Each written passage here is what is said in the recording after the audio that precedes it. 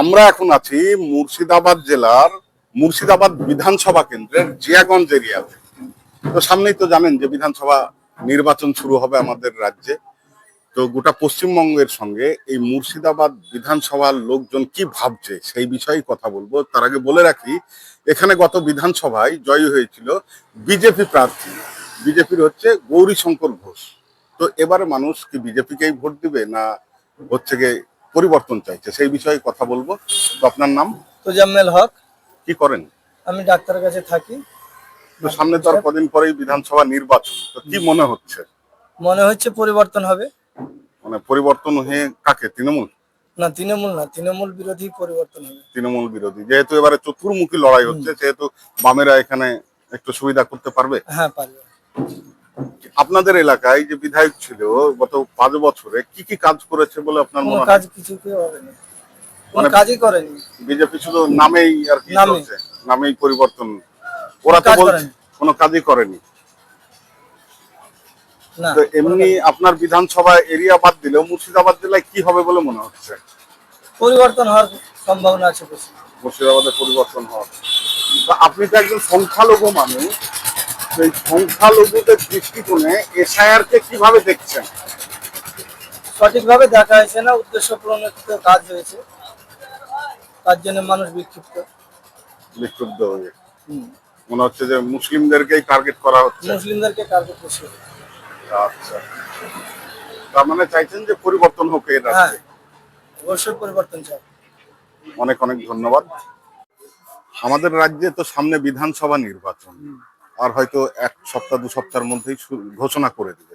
তো এই বিধানসভা নির্বাচনে আপনাদের মুর্শিদাবাদ বিধানসভায় কি ভাবছেন আপনারা? যে গত বছর তো এখানে বিজেপি জয়ী হয়েছিল, এবার কি পরিবর্তন চাইছেন না আবার বিজেপি জিতবে বলে মনে হচ্ছে?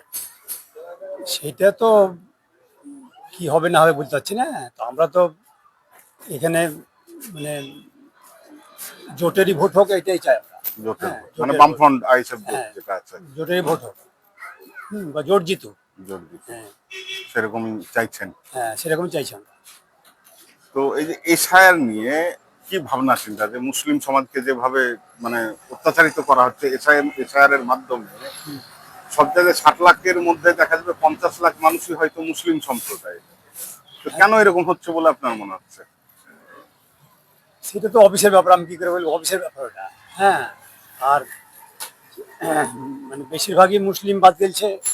হ্যাঁ, ওই মানে টাইটেলের জন্য, চাইছেন? টাইটেলের জন্য। হুম, বাপের একরকম টাইটেল বা ছেলে একরকম টাইটেল, এরকম টাইটেলের জন্য। যেমন মুসলিম মেয়েরা কুমারী অবস্থা খাতুন থাকে, বিয়ে হলে বিবি বিয়ে হলে বিবি হয়, তারপরে আবার দেওয়া হয়ে যায়। 3 রকম টাইটেল হয়েছে।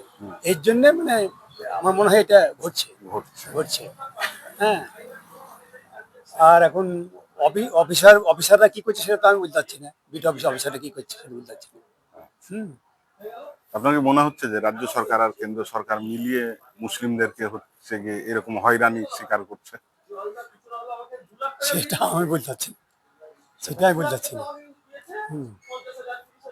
ঠিক আছে। নামের ভুল থাকছে, নামের ভুল নামের থাকছে ভুল থাকছে হ্যাঁ, এবং তার জন্যই বলছেন যে ওই মানে ইয়ে হিসাবে আসছে নামগুলো হ্যাঁ, ওই জন্য মুসলিমরা বেশি আসছে, বেশি আসছে। বেশি আসছে। যেমন হিন্দুদের কি হয়, দাস তো দাসই, হুম, মন্ডল তো মন্ডলই। মন্ডলী। কিন্তু মুসলিমদের ক্ষেত্রে ওই যে বললাম, বাবার এক টাইটেল ছেলের এক টাইটেল এরকম হয়েছে। মুসলমানদের কোনো টাইটেলের ঠিক নাই। হ্যাঁ, কিন্তু যেমন সিপিএম নেতৃত্ব মোহাম্মদ সেলিম বলুন বা তৃণমূলের মমতা ব্যানার্জি, উনি তো বলছেন যে ইচ্ছাকৃতভাবে নির্বাচন কমিশন এরকম ভাবে মুসলিমদের হয়রানি করছে। সেটা আমি বলতে পারবো না। ওনারা বড় বড় নেতা, ওরা বলতে পারবে, কিন্তু আমি ছোট মানুষ, আমি ওটা বলতে পারবো না। হ্যাঁ, তো ভুল ত্রুটি আছে, ভোটার লিস্টে ভুল ত্রুটি আছে। ঠিক আছে, এটা সংশোধন হওয়া উচিত। হ্যাঁ, সংশোধন হওয়া উচিত। ভোটার লিস্টে ভুল ত্রুটি আছে। অনেক অনেক ধন্যবাদ।